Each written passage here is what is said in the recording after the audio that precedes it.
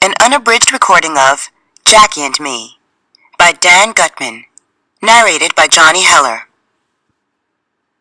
The author begins this book with Jackie Robinson's epitaph. A life is not important except in the impact it has on other lives. Introduction. There's something you should know about me. I've got a special power. It's sort of like a sixth sense. Nobody knows about it except my mom and dad. I discovered it when I was very little. My dad had given me a bunch of baseball cards. As I was handling the cards, I felt a funny tingling sensation in my fingertips. Buzzy.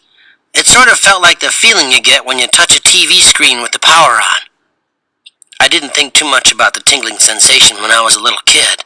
I just figured all kids had the same feeling when they held a baseball card in their hands. But then, I discovered what that tingling sensation meant.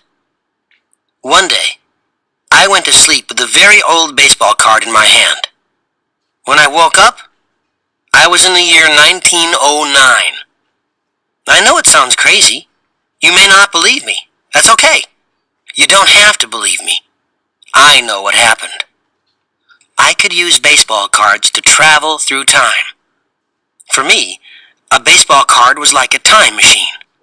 The tingling sensation was the signal that I was about to go on a trip, back to the year of the baseball card in my hand.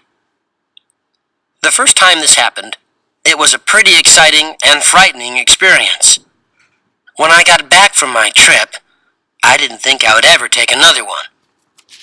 But when you've got a special power, this gift, it seems a shame not to use it. So I did. This is the story of what happened. Joe Stashak. Chapter 1. The Brawl. "You can't hit, Stashak," Bobby Fuller yelled at me from the pitcher's mound. "You couldn't hit water if you fell off a boat." I stepped into the batter's box. Bobby Fuller busted my chops all last season. Now it was our first practice game, and he was starting in again. I dug my left toe into the dirt and got set for his first pitch. "You're ugly too, Stashak." Fuller knows he can rattle me. That's why he does it. My team, the Yellow Jackets, had a one-run lead in the fifth inning. The runners at second and third took their leads. 2 outs. A hit would put the game out of reach. Fuller needed to strike me out. I was doing my best not to let him get to me. "Did I mention stupid?" Fuller asked. I pumped my bat back and forth. "You're stupid too, Stashak." A few of Fuller's teammates snickered. I felt the blood rushing to my face. "Try to act like it doesn't bother you," I said to myself. "Try to act like it doesn't bother you." "You gonna take that, Stashak?" the catcher whispered to me, quietly enough so that even the umpire wouldn't hear. "What kind of a wimp are you?" It would be so easy. I could just turn around, take my bat, and brain the catcher with it. Do some real damage.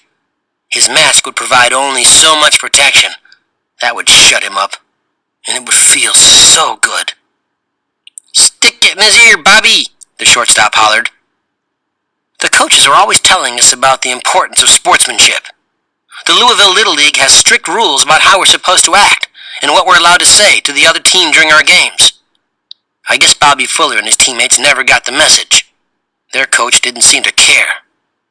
"You know you can't hit me, Stashak," Fuller said as he looked in for the sign, "because you're a big, slow, ugly, dumb Polak. That's it.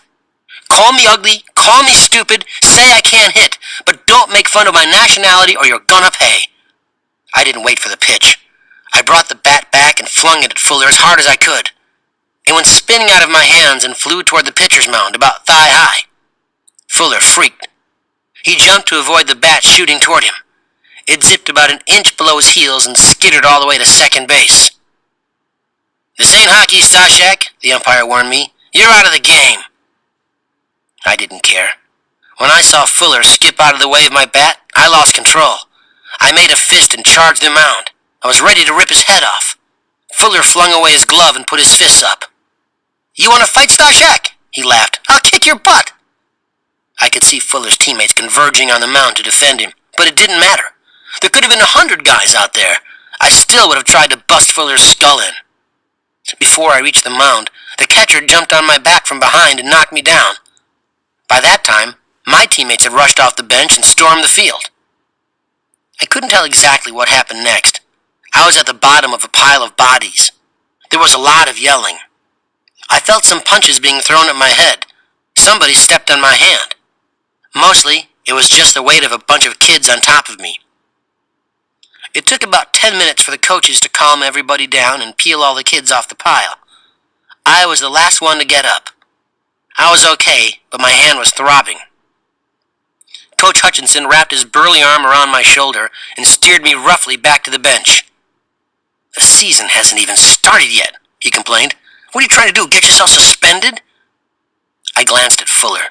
Nobody laid a glove on him. He smirked and turned away. I tore away from Coach Hutchinson and went after Fuller again. "I'm gonna kill you, Fuller," I yelled. This time the umpire tackled me, sending me face first into the dirt around home plate. He lay on top of me, not letting me move. "You got a problem, young man," the ump said in my ear. "You're not gonna play in this league again until you solve it." Coach Hutchinson was furious with me. So was my mom. The Yellow Jackets forfeited the game. My left pinky was sprained. I was suspended from the Little League indefinitely. Chapter 2. The Tingling Sensation. After it was all over, I realized how stupid I had been to start the fight with Fuller. He did it all on purpose, I realized. He was probably afraid I was going to get a hit and drive in both runs. He knew that if I started a fight with him, the game would be forfeited and his team would win. He was right about one thing. I am dumb. Sometimes I just can't control my anger. "I lost it, Mom," I said as my mother held an ice pack against my hand. "I'm sorry." My mom is a nurse at University of Louisville Hospital. She made a splint from my finger and gave me a speech about controlling my temper. I didn't want to face the kids at school the next day after making such a fool of myself. I brought up the idea of staying home, but Mom shot it down. "Nice try, Joey," she said, "but you're going to have to do a lot better than a sprained pinky." Louisville is in Kentucky, about 75 miles west of Lexington on the Ohio River. The Louisville slugger bat was invented here. Kentucky Fried Chicken started in nearby Corbin. Kentucky fought on the side of the South during the Civil War. There was slavery here. It was a terrible thing, of course. I guess the white people back then didn't realize how wrong it was, or decided to ignore how wrong it was. It's hard to understand today how they could think and act that way back then, but I guess it was just a different time, and people had different attitudes. These days, my class at school is a mixture of white kids and black kids, and we get along pretty well. I'm white, and most of the kids I know are white, but it's not out of prejudice or anything. I don't think it is anyway. The black kids make friends mostly with other black kids, and they hang together. That's just the way it is.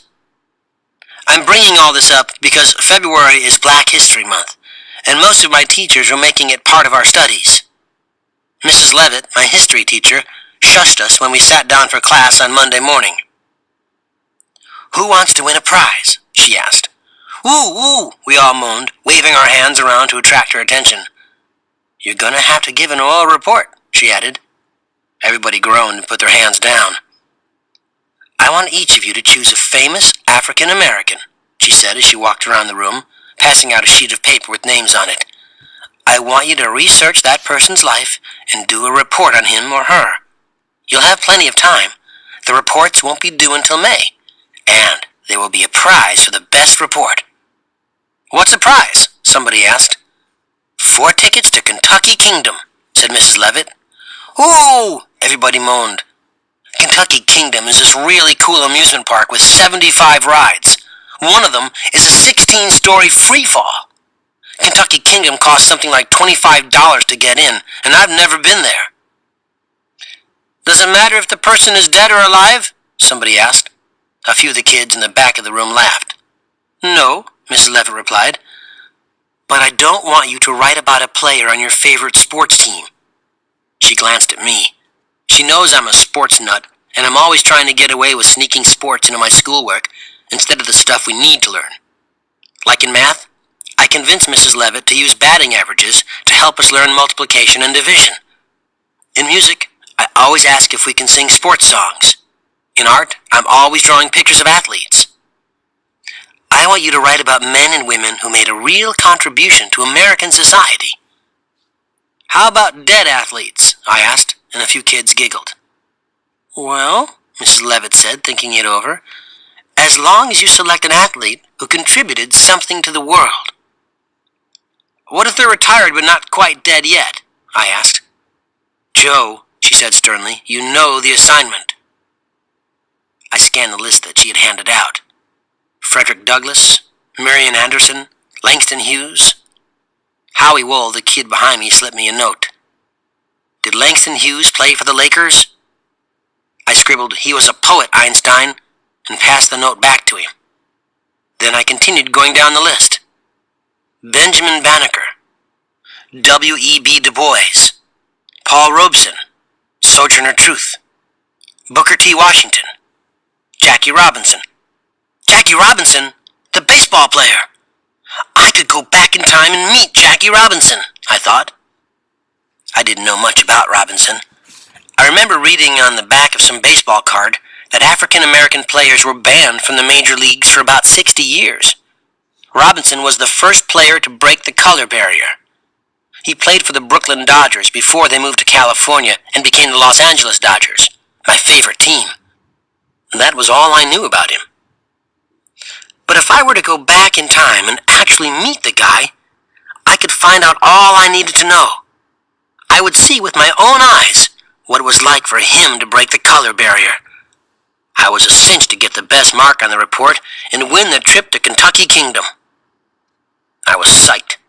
After school, I rushed home and grabbed the baseball encyclopedia to see what year Jackie Robinson broke into the big leagues. 1947. Now all I needed to do was get a 1947 Jackie Robinson baseball card.